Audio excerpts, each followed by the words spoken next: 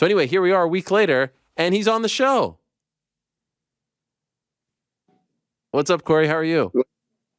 Hey, how are you? How's it going? Yes, last week on the show, someone said, like, hey, the fight's been announced 2 weeks. Why don't you have Cory on the show? Truth is, but you're just a very busy guy, right?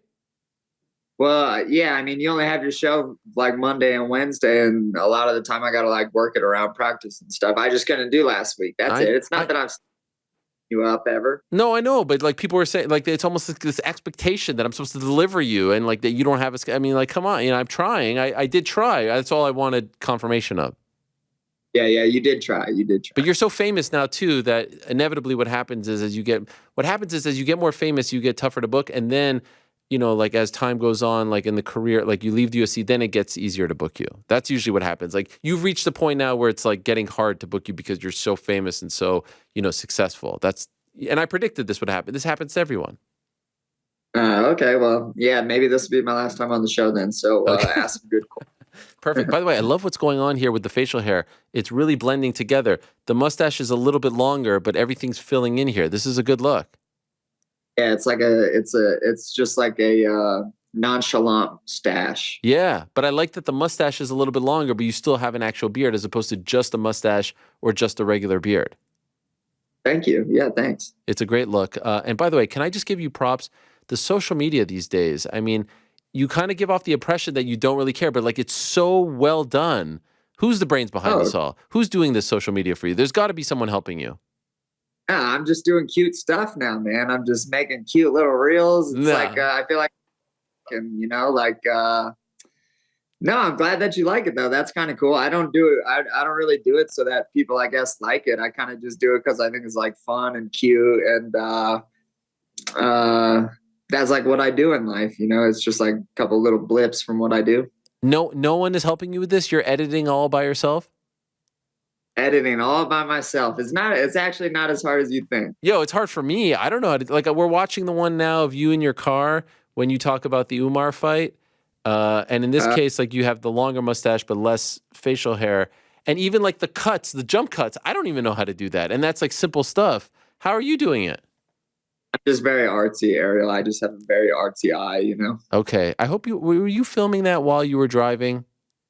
No. Come on. No. Okay, perfect. Because that was a little bit sketchy. And then even like the ones where there's one with like Aljo and Cejudo and you're like in front of it, the green screen one. Like this is high level stuff. High level stuff. Yeah. I'm having some fun with it. I love it because you seem very like I would imagine you're very anti social media, and yet you're producing great social media stuff. I'm like anti cool stuff. So I just want to like do my own version of cool stuff. But and correct me if I'm wrong, it seems like you feel very comfortable now showing this, and I would disagree. I think your anti-cool is actually cool, which makes it even more fascinating. But it feels like you're very comfortable showing this side of you now. Am I accurate in that assessment? Yeah, pretty much. I'm just trying to be like a normal guy, man. I feel like I grew up with a lot of like sports heroes that the media and like news people tried to make out as these like superhuman people. And that always like really bugged me because it always made me feel like I like couldn't do it because I had to be born with some certain trait or this and that. So I'm literally just like a normal guy. So I'm just trying to like really lean into being like a normal dude and trying to inspire people that like, even if you're a normal dude with, really like superhuman traits, you can still do like really cool stuff. I love it. By the way, who was your favorite athlete as a kid? Allen Iverson. Wow. Really? Why him? Oh yeah. I really liked like and one street ball and stuff. I still like the NBA, but I was like, I really thought that like dribbling and like tricks and just like the tricky part of basketball was really cool. And Allen Iverson was about as close as you could get to like a really nasty crossover in the actual league outside of like and one. So Allen Iverson was my favorite. He actually, like, when he came to the Nuggets, I was like super hyped when that happened for those couple of years. And I really liked Allen Iverson just because he was agile. He was kind of shorter too. And I was always really little growing up too. So he was definitely my favorite athlete. Since you liked the N1 stuff, did you like Jason Williams, White Chocolate? Oh yeah, I like Jason Williams, the Professor, Hot Chocolate. Oh yeah, Uh, those were the days. Did you see the doc? yeah, The yeah, it's like the rise and fall or the something of N1. That was fascinating. By the way, were you hyped to see the Nuggets win the NBA championship? Did you go crazy? Did you go out partying? no, I didn't go out partying. I was excited though. I think that that's really cool. That was the first time that they won a championship, so that's really cool. I also really like Jokic. I think he's just like a rad dude. I used to have an old roommate and really good friend named Bojan Veličković, so I kind of have like a little bit of like a Serbian brother. So it was kind of cool that a dude from Serbia did that too, just because I kind of feel close to the Serbians also. Yes. I feel like Jokic would be the kind of athlete that you would dig right now. Like he just kind of is himself, unapologetically is himself, right? Yeah, I think he's real cool. I just think that like normal guys that just work really hard and have like an eye for skill and do really cool stuff and accomplish a lot of really cool things in life. Those are like really interesting guys to me. So speaking of your fight in that video, why did you feel the need to post that video? Because my impression was that people were asking like, why are you fighting Umar? Why are you fighting Umar? And even I was sitting on this show when that was in the works and being like, Corey's like top 3. Why is he fighting a guy who's like 13 or something like that? So is that why you felt the need to put that out? Were a lot of people hitting you up saying, why are you fighting Umar? Or you're stupid for fighting Umar? Were you getting that kind of talk? Yeah, pretty much. Yeah, like the rankings, I guess, are sometimes big deals to some people and then not as big a deals to other people. I guess when we first started doing the rankings in the UFC, it felt like some type of really solid organization was gonna go on with like which matches were gonna happen and which weren't and all of that stuff. And then kind of as time went, you started to discover that the rankings definitely add some organization. And I think that it's really good for especially like newer fans to kind of understand what's going on with who's where in the division and all of that instead of just, no number or anything next to him. But I think that Umar is like a really great fighter. And I think that he's definitely deserving of fighting someone at the top to see if he's that good. I mean, he's 16-0. He comes from a really good camp, of course, comes from a really good part of the country with really good combat sports. And he's been doing good in the UFC. So all of that. And then you plug into how Marab and Umar were first paired up and they were going to have a number 1 contender fight. But then Marab had to get out because of his injury or whatever. But I mean, they were going to do a number 1 contender fight with Marab and Umar, and then I got offered that fight. So, why would I say no? If Umar was going to jump ahead of me anyways, I might as well be the guy that gets to at least have a crack at stopping him. And a few follow-ups there. It's rare for a guy in his spot, as flawed as the rankings may be, to be put in a number 1 contender spot. Are you surprised that he's being put in that spot?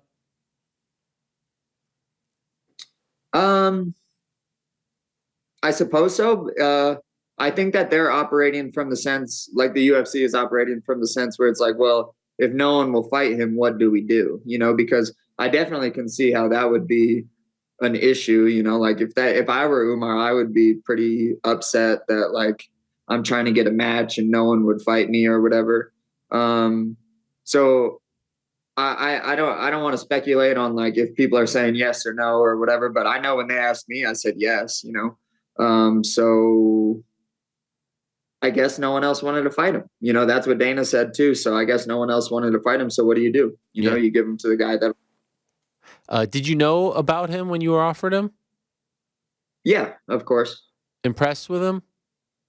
Yeah, I think he's a great fighter, man. Like I said, like his style is really tricky. It's almost like 2 really out there styles kind of put together, or not out there styles, but difficult styles to understand and to, like fight against. Like he has a very karate taekwondo style of stand up, and then he mixes that in with really good wrestling and grappling. So I really have enjoyed the challenge of trying to figure out those 2 styles and, like how I can beat it and how I can expose some of the things that I know are going to be some openings in just that style. So I think it's going to be fun. I've really enjoyed the challenge. Like I said, I've really leveled up this camp.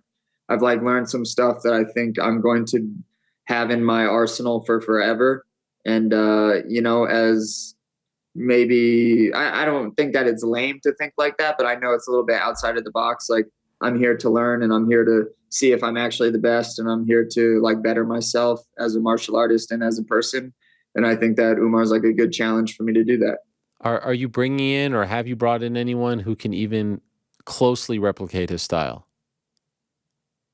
Yes. So we have some Kazakhstan guys in town. I don't know how to say the guy's name perfectly, but um, he fights next week. Azah, I think, or Kazakh is his nickname. I call him Kazakh, but he's fighting. I think not this weekend, but the following weekend. He has like this a very similar style of wrestling. I have Ton Lee in town right now, who's a very very good like Taekwondo striker. Like if I could hit Tan in the face, I could. I feel like hit anyone in the face. So I'm trying to figure out Tan's style and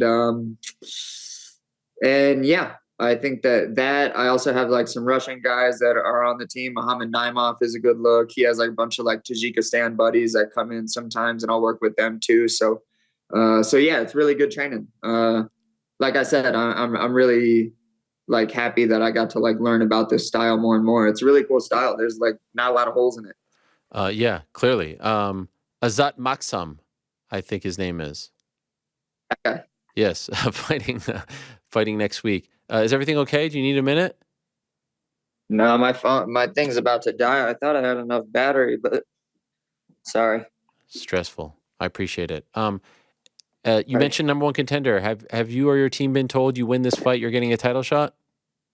Yep, that was what was relayed to me. Oh, Yep. And amazing. then I almost feel like it's more solidified even because they were gonna do Cheeto and Cejudo, right? Yeah, Like uh that wouldn't have been for a number one contender fight. I just beat uh uh, Cheetah. Cheeto by a pretty big margin. So that wasn't gonna, like Henry was always in the back of my mind. It's like, what if they do something with Henry, da da da. But if they wanted to do Henry Cheeto, then that almost I feel like solidified me and Umar's fight as number one contender. Yeah, and you're fighting around the same time as the title fight, which is always good because you're on that same timeline.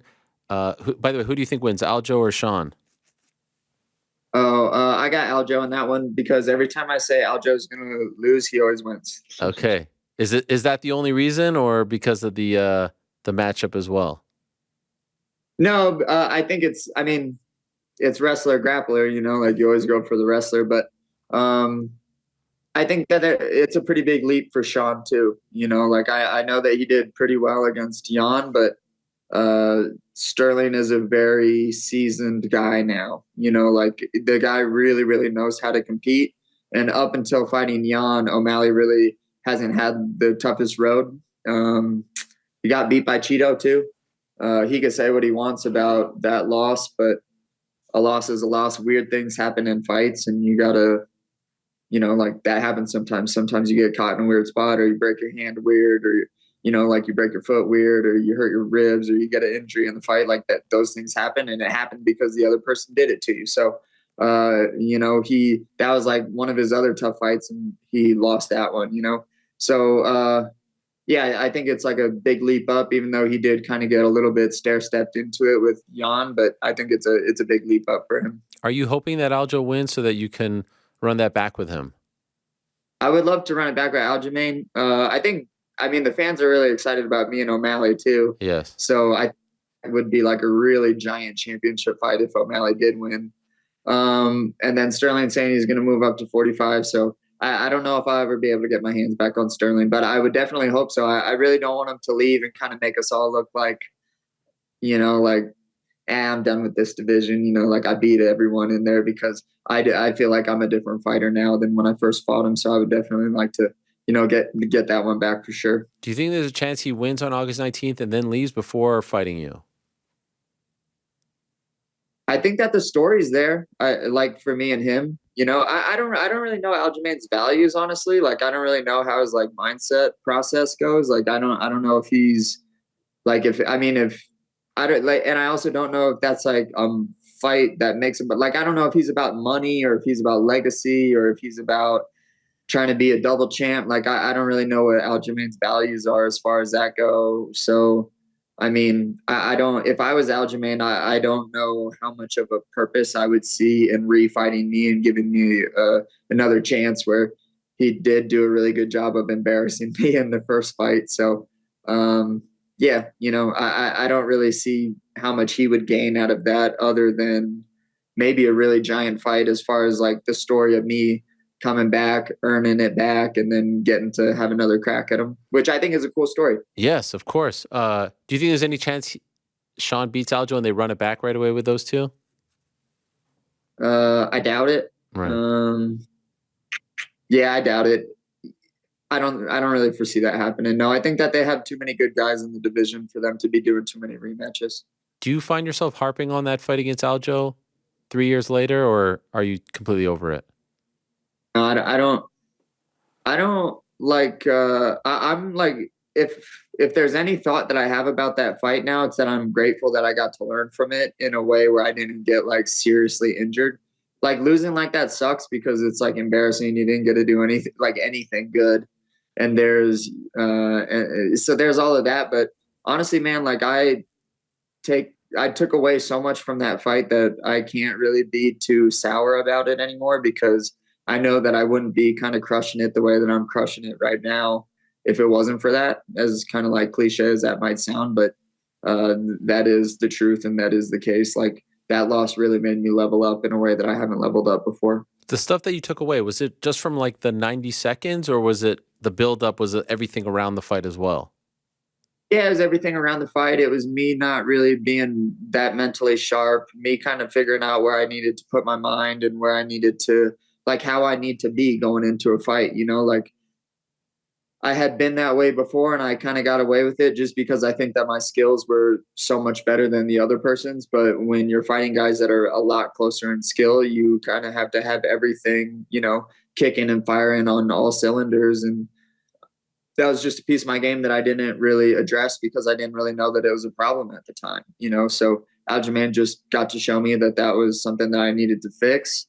And that's just, that's the name of the game, man. Like that's fighting, like you don't get to have like a bad game and then fight a week later and then fix whatever mistake you made. Like you got to wait months and months. And then you really only get, I've been doing this